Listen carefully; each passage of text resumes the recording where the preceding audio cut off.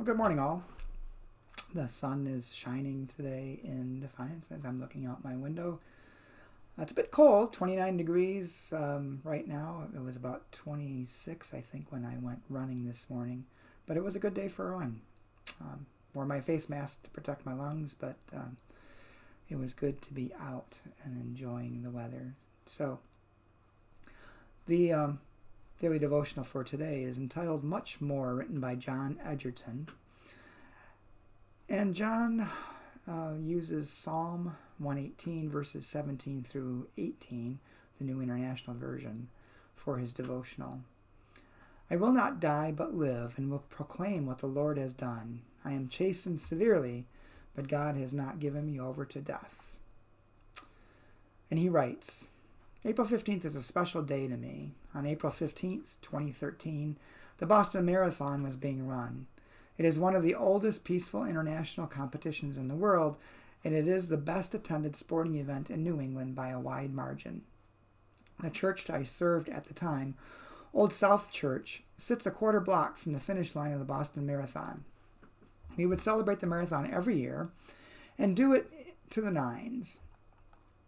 Hundreds of runners would come to our service for blessing the day before the marathon. In 2013, however, the marathon was cut short by a pair of bomb blasts. The days that followed involved a citywide manhunt. It was the first time I heard the phrase shelter in place. People were frightened. Their sense of what was normal was shattered. Afterward, people had a lot of questions. Would the traditions of the marathon survive? Would the celebratory spirit of the race continue?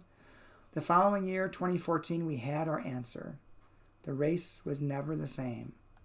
It was much more wonderful. The largest field of runners ever applied. World-class runners, always the toast of the town, shared the spotlight with ordinary people like Carlos Arredondo, who had heroically saved people's lives by rushing into danger. The traditions that were dearest became dearer still. This is the resurrection power of God. Life triumphing over death is glorious beyond compare. And John's prayer, resurrecting God, breathe your hope into us today. Amen.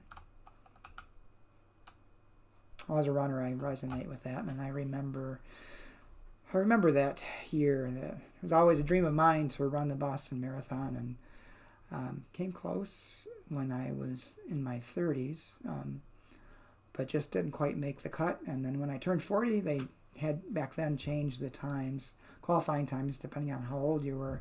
And I started training for another marathon with the hopes of qualifying, and then just decided it was just too much work. So I'll just relish in other people's glories in running the Boston Marathon. But I think this devotion has a lot to say to us about what's going on with the coronavirus and with our isolation. It's going to be different when we get back together as a church, when we gather together once again. It'll be wonderful, I think. It's going to be different, for sure. And I'm not sure it's ever going to be the same because of what we've experienced. But that is life. That is what happens with life. With each new experience, we change and become new people.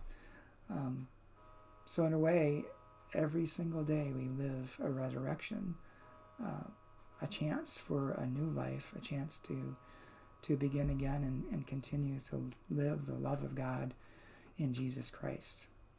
So as we enter into this Easter season leading up to Pentecost, let's look for ways that we can celebrate every day as a new day and every day as a resurrection.